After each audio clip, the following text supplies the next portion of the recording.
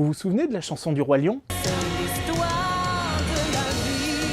Eh bien, l'histoire de la vie, c'est le sujet de notre événement du mois.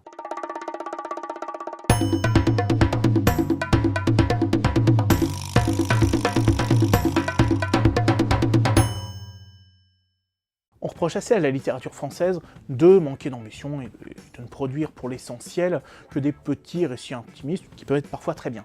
Mais bon, le manque d'ambition, on ne pourra certainement pas le reprocher au nouveau projet littéraire de Tristan Garcia, intitulé Histoire de la souffrance, et dont on peut lire le premier volet, à savoir Âme.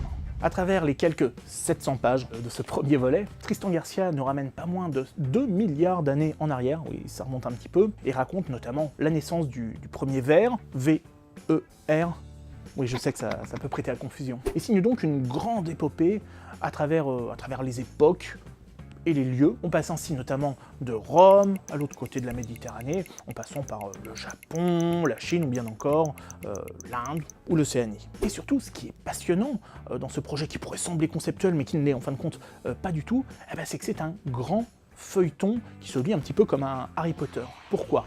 Oui, on change d'époque, on change de personnage, mais tous ces individus ont en commun d'être des réincarnations d'âmes. Chaque personnage est le prolongement d'un autre. Et c'est ça qui rend ce défi littéraire absolument vertigineux, passionnant, car on a beau s'éloigner dans le temps, on a beau s'éloigner dans l'espace, c'est une même histoire qui s'inscrit et qui se déroule devant nos yeux. C'est emballant, passionnant, fascinant, et on a déjà hâte de lire la suite de cette histoire de la souffrance. Des romans écrits à quatre mains, ça n'est pas forcément monnaie courante, mais des romans signés par un couple, jeune en l'espèce, ça l'est encore moins. C'est là l'une des curiosités de Nino dans la nuit, signé Capucine et Simon Johannin, mais heureusement ça n'est pas le seul intérêt de cet ouvrage absolument enthousiasmant. On suit ici Nino, un garçon tout juste sorti d'adolescence, qui rêvait d'être légionnaire, voilà.